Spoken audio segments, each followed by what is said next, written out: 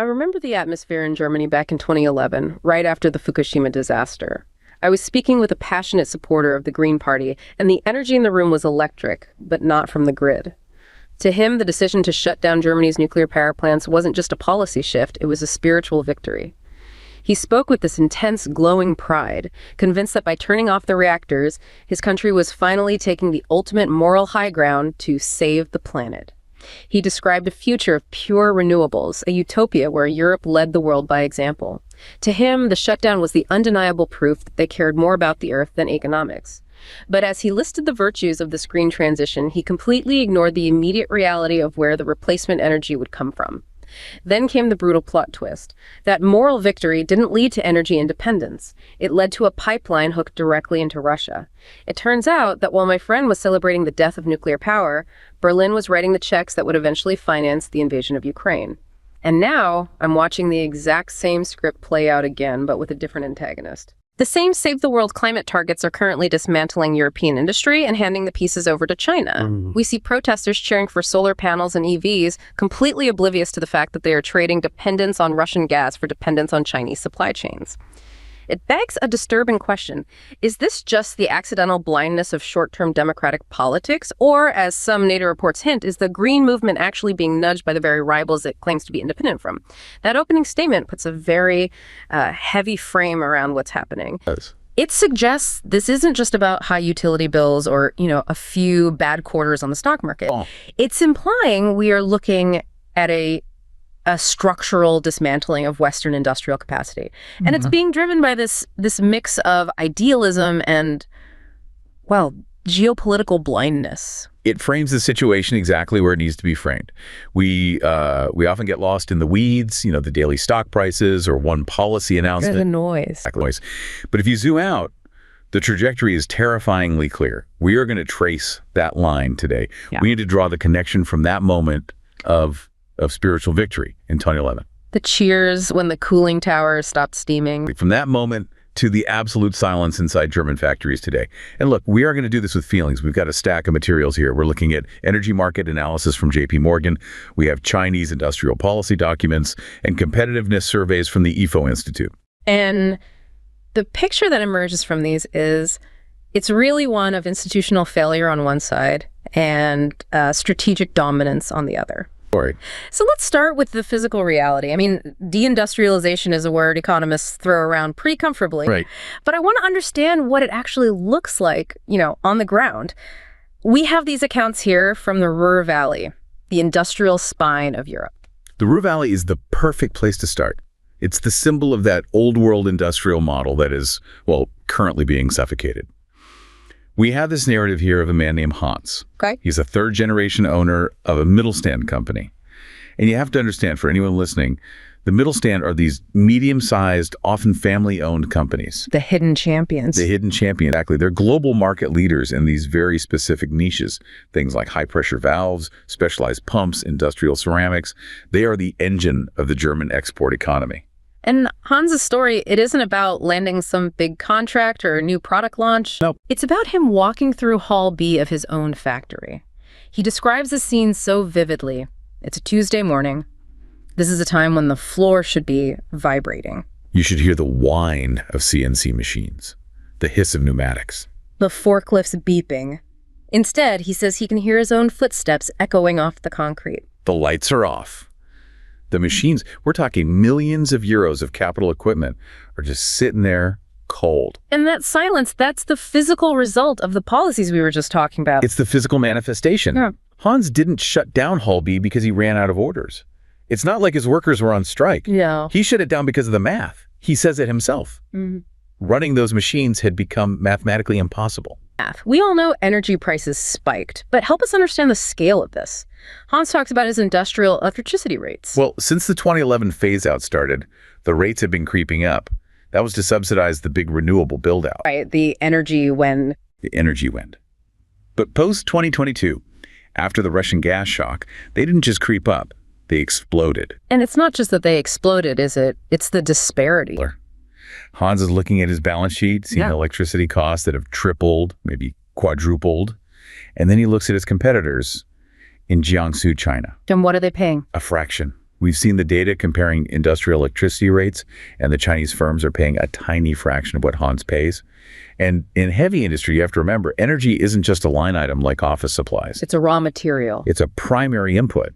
If your energy cost is, say, 40% of your production cost, and that cost triples, you're insolvent. It doesn't matter how good your valves are. And that leads to the part of his story that I found the most disturbing. The patent office. The trip to the patent office.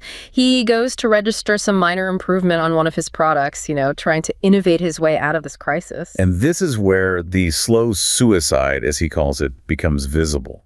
He looks at the recent filings in his specific category. And he sees a flood of applications from Asian firms. A flood.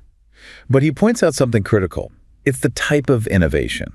He says they weren't just product innovations, making the valve a little lighter or changing the handle. So not just cosmetic changes. No, they were process innovations. Okay, distinguish that for us. Why is that distinction so critically important? A product innovation is, well, it's often superficial. You can copy it. You can reverse engineer it. A process innovation means they've fundamentally changed how the thing is made. They've reinvented the factory. They've reinvented the physics. They've invented a new casting method that uses 30% less metal. They've developed a new alloy treatment that doubles the product's lifespan. That kind of innovation requires deep, sustained R&D. It requires massive capital expenditure. Money that Hans is spending just to keep the lights on in Hall A. Exactly. He realized that while he was draining his bank account to pay the electric bill, his competitors were spending their capital on rewriting the rules of the industry. He can't run his machines because of the cost, and he can't invest in the future because he has no margin left. He described it as watching the slow, polite suicide of his entire industrial class. And look, if we turn to the hard data from the IFO Institute, Hans is not an outlier. He is the median. He's the average story. He's the average story. The IFO Business Survey is a critical barometer for the German economy. Their recent numbers show competitiveness is at a historic low. We're looking at 36.6% of companies reporting a decline in competitiveness outside the EU. That's more than 1 in 3. 1 in 3 German industrial companies saying they can no longer compete on the global stage. And look at the sector breakdowns, exactly what you'd expect.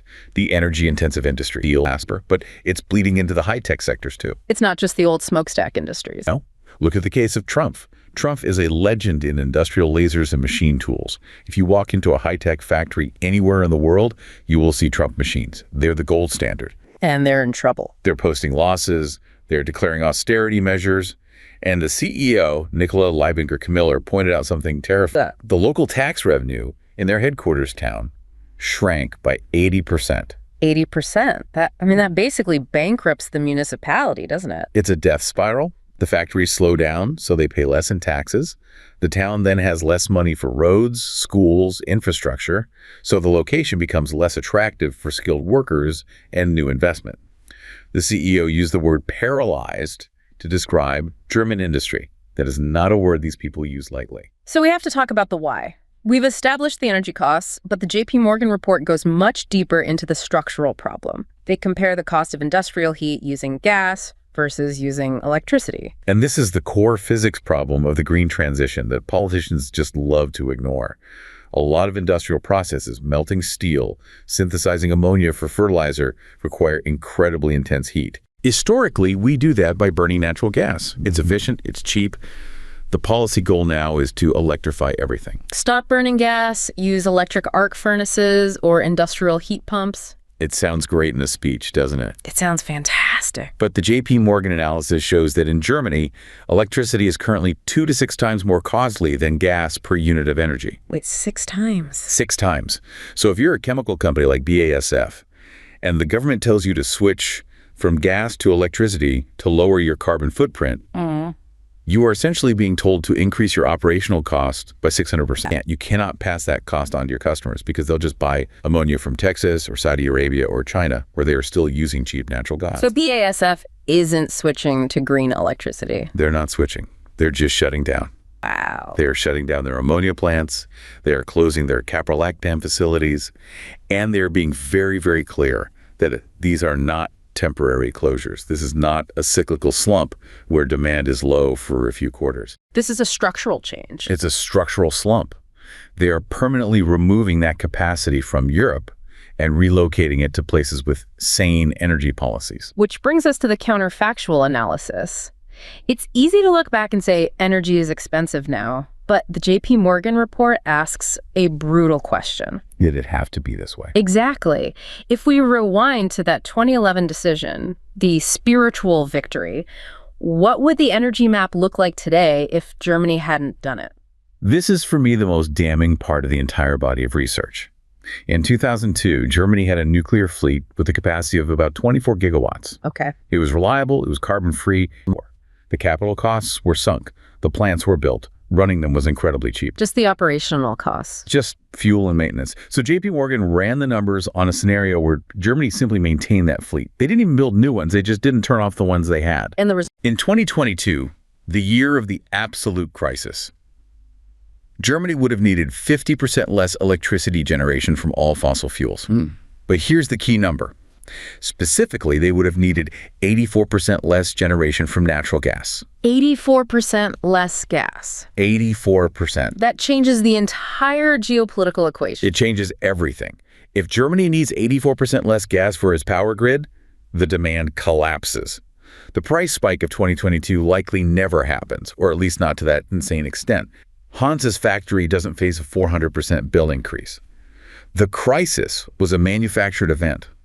It was created by the artificial scarcity that resulted directly from the nuclear phase-out. I want to dig into a technical term the report mentions because I think it explains why renewables couldn't just fill this gap. It's called capacity credits. Can you explain exactly what that means and why it's the Achilles heel of the whole German strategy? Absolutely. This is a concept that always gets glossed over in the public debate, but it is the single most important metric in grid architecture. A capacity credit is basically a measure of how much you can rely on a power source to be there when you absolutely need it, specifically during periods of peak demand. So it's a reliability score. Think of it like hiring employees for a critical 24/7 job. Yeah. A nuclear power plant is an employee that works around the clock, never takes a coffee break, and is always at their desk. You give that employee a very high capacity credit, say 90 or 95%. You know they'll show up. Wind and solar. They're employees that only work when they feel like it. Solar works during the day, but never at night. Wind works when it's breezy, so their capacity credit is very, very low. For firm capacity planning, it's often calculated at between 0 and 15%. Zero, because of the Dunkelflaut. The dark doldrums. Exactly. In Germany, in the middle of winter, you frequently get periods that can last up to 2 weeks where it's overcast. So no sun, and the air is completely still, so no wind.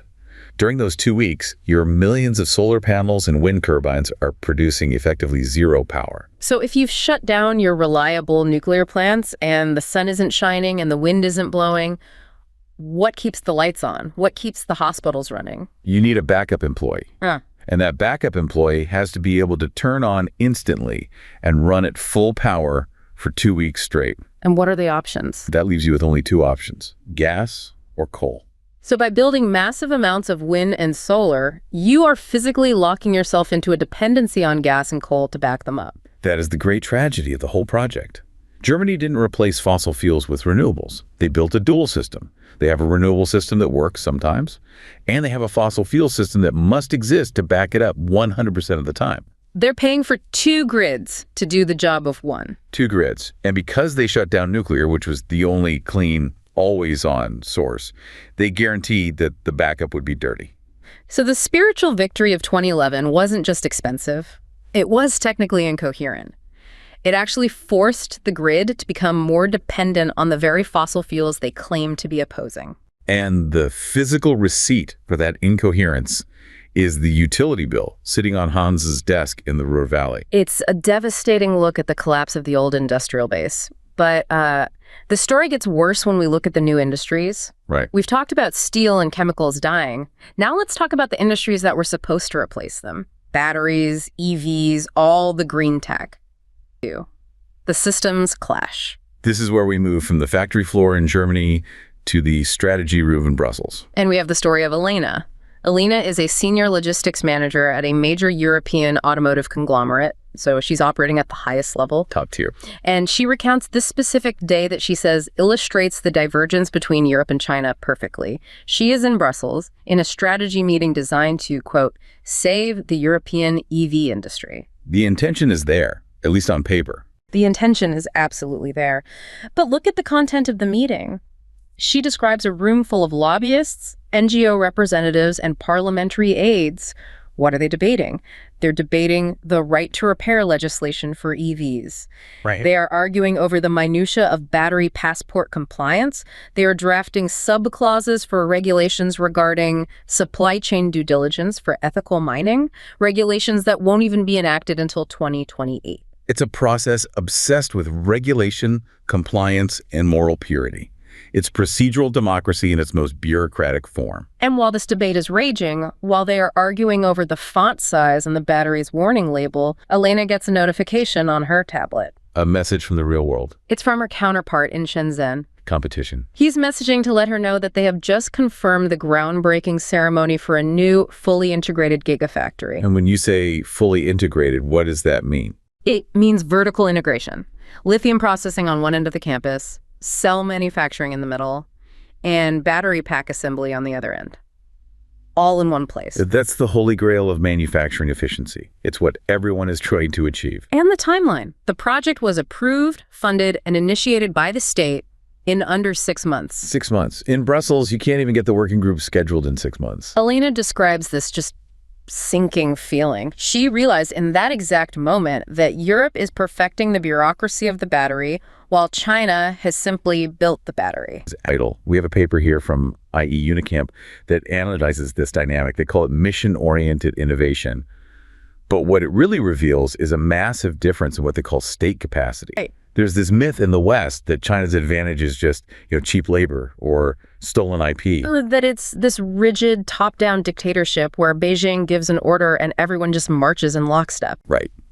But this paper argues that the Chinese model is actually far more experimentalist than we give it credit for. It's a mix of central direction and ruthless local chaos. Ruthless local chaos. That doesn't sound like the Communist Party I've read about. Well, take the example of the LSEVs. That's low-speed electric vehicles. This was a phenomenon in Shandong province. Basically, these were illegal, unregulated, lead-acid battery cars.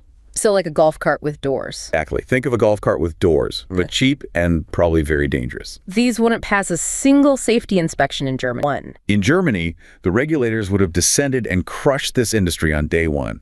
They would have confiscated the cars, fined the makers, and shut the whole thing down in the name of safety and standards. And what did the Chinese central government do? They watch. They let it happen. Why would they do that? Because that chaos created a supply chain. All of a sudden, you had thousands of little workshops learning how to build electric motors. You had small companies figuring out battery management systems on the fly. You had a population getting used to the idea of plugging in their vehicles. They prioritized building growth and capacity first. They built the industrial muscle. They built the muscle. Then, once the industry was established and scaled up, the central government stepped in to regulate, to upgrade the standards, and to force the switch from cheap lead acid to lithium ion. So Europe tries to write the perfect, detailed rule book for an industry that doesn't even exist yet. Right. And China lets the industry build itself in a chaotic way and then writes the rules to shape it. Exactly. We are building the roof before we have even poured the foundation. And if you look at the strategic planning aspect, the NUS research paper we have highlights this timeline gap.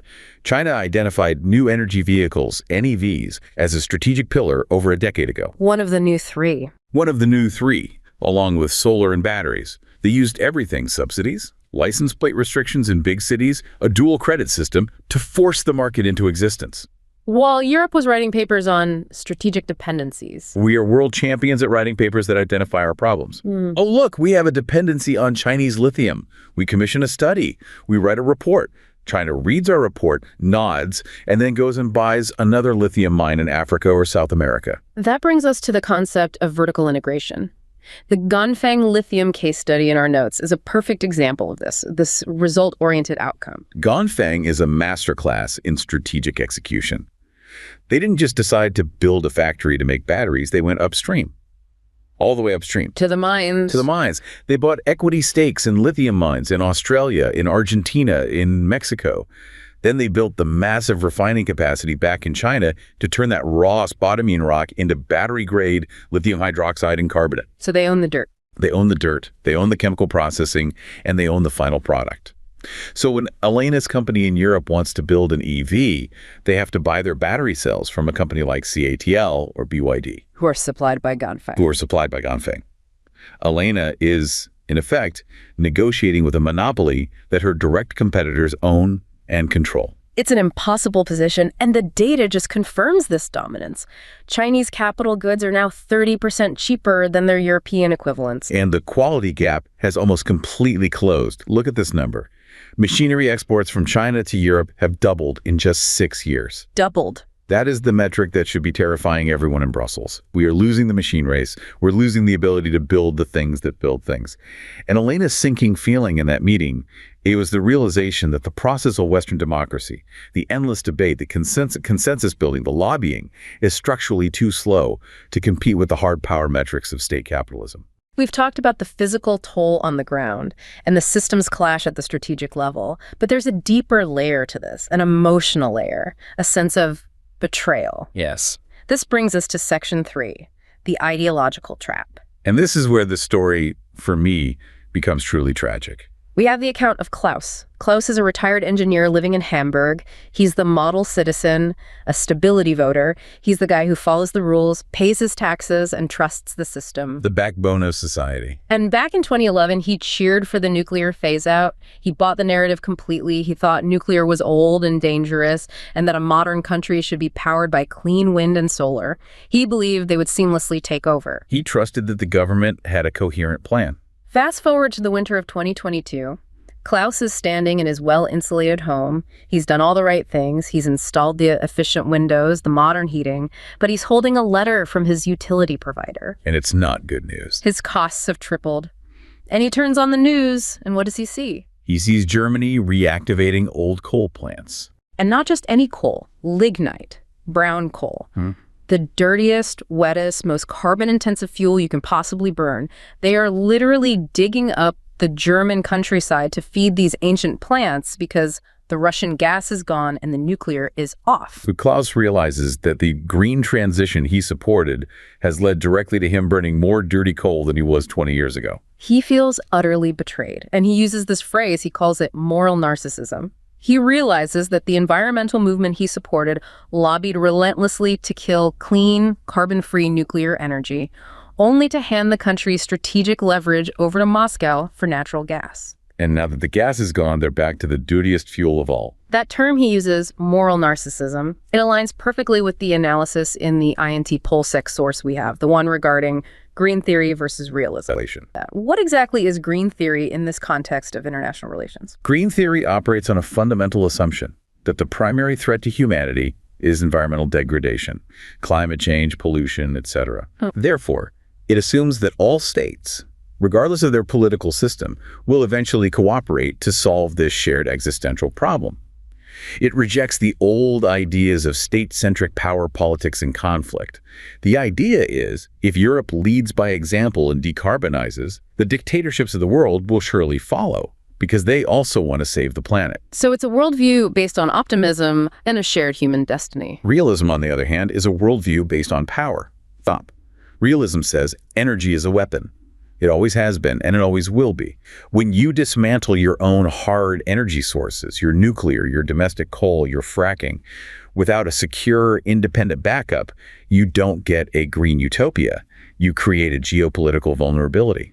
And that vulnerability was the policy of Ostpolitik, the idea that if we just buy enough gas from Russia, that trade relationship would make them peaceful and predictable. Interdependence was supposed to be a shield. The theory was, if we buy their gas, they won't attack their neighbors because they need our money. But realism argues the opposite. Realism argues that interdependence is actually a kill switch. By making itself reliant on Russia for 55% of its natural gas, Germany didn't buy peace.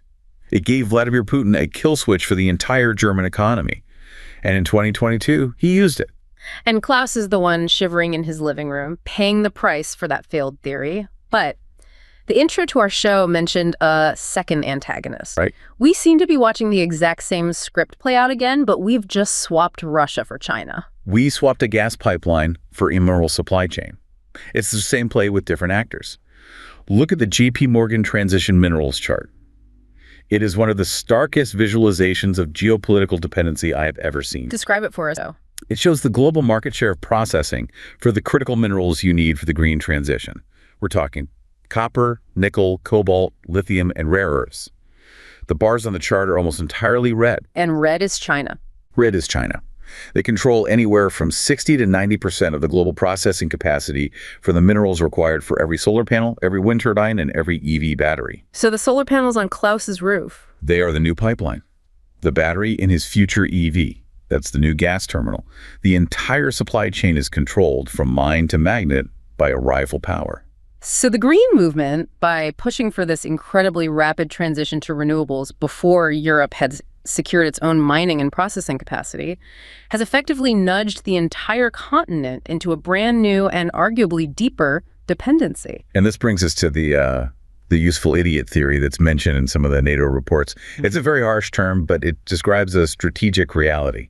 If you were a rival power, let's say Russia or China, and you want to weaken the West without firing a shot, what do? You want them to turn off their own domestic energy sources. Exactly. You covertly fund the NGOs that scream about the dangers of nuclear safety. You amplify the voices that protest against domestic fracking.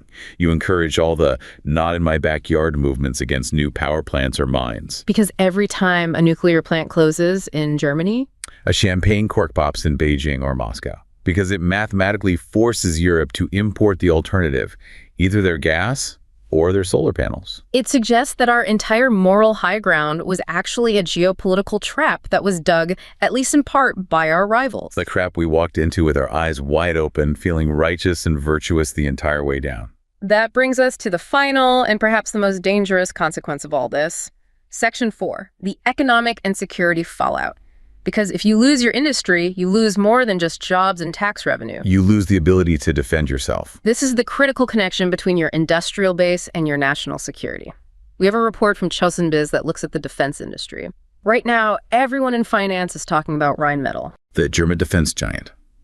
Their stock has skyrocketed since the war in Ukraine began. The stock is up, yes, because European governments are panic buying tanks and shells. But a rising stock price does not equal industrial capacity. The report notes that defense manufacturing is less than 2% of manufacturing jobs in Germany. You cannot replace a hollowed-out auto and chemical industry with a few tank factories. And more importantly, can you even build the tank if the rest of the supporting industry is gone? That is the critical gap, isn't it? A tank requires high-grade steel. It requires advanced ceramics for its armor. It requires complex electronics. But it also requires explosives for the shells. Where do explosives come from? Chemistry. Nitrates are derived from ammonia, and ammonia is produced using massive amounts of natural gas. The very same ammonia plants that BASF is shutting down right now because energy is too expensive. Are the plants that produce the chemical precursors for gunpowder and high explosives? So if Hans shuts down his specialty valve factory and BASF shuts down its ammonia plant, Rheinmetall eventually can't build the tank or the shells to go in it. God, so you literally lose the ability to make your own ammunition. Exactly. You cannot have hard power without a heavy industrial base. You can't fight a modern war with soft power and PowerPoint presentations about sustainability.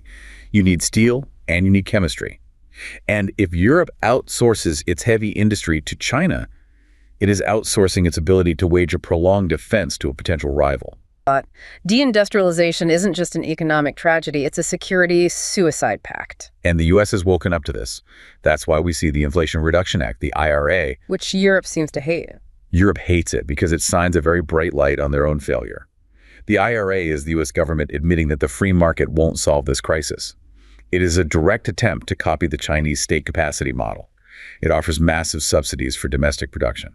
We have a paper here by Bentley Allen and Jonas Naum that compares these different approaches. They distinguish between horizontal and vertical industrial policy. This is a key concept to understand. For decades, Europe has been stuck in horizontal policy.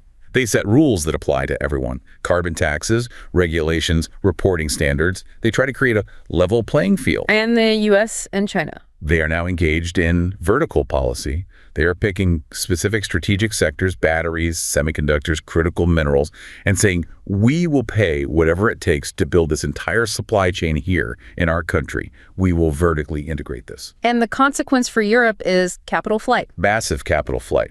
If you're a global company looking to build a new factory, why would you build it in Europe? You have the highest energy costs in the world, the most complex regulations, and horizontal policies that don't actually help you build anything. They go elsewhere. You go to the US for the huge subsidies and the cheap energy, or you go to China for the massive market and the integrated supply chain. So Europe is being squeezed from both sides, by its allies and its rivals. It is being deindustrialized by its allies and its rivals simultaneously. It's caught in a strategic vice. This has been a heavy dive. Let's try to synthesize this tragedy as we wrap up. We started this journey with a spiritual victory in 2011, a desire to be good, to be clean, to lead the world. And we ended up with deindustrialization. We ended up with silent factories in the Ruhr Valley. We ended with Hans losing his family's legacy, with Elena watching her entire industry get systematically outmaneuvered, with Klaus shivering in his home, realizing his own moral choices led directly to burning dirty coal and creating profound geopolitical weakness. And globally, we ended up with a massive transfer of wealth and power to authoritarian regimes. The core lesson from all of these sources, from the JP Morgan market analysis to the academic papers on state capacity, is simple, but it's brutal. Procedural democracy and moral positioning are not energy sources. Physics does not care about your intentions. Economics does not care how long your parliament debated the issue. The decline in patent conversion rates, the collapse in industrial electricity consumption. These are the physical receipts. They are the receipts for a decade of magical thinking. It leaves us with a final perspective, really, derived from the stories of Hans and Klaus. It's a harsh validation of the realist argument we talked about. Placing ideology above strategic independence is not just a policy mistake, it is dangerous. It is existential. While the desire for a green world is noble, the political takeaway here is clear and unforgiving. A civilization that outsources its survival needs, energy, heat, raw materials, to potential adversaries in the name of moral positioning is not saving the planet. It is simply gambling with its own existence. And right now, looking at the data, the house is winning.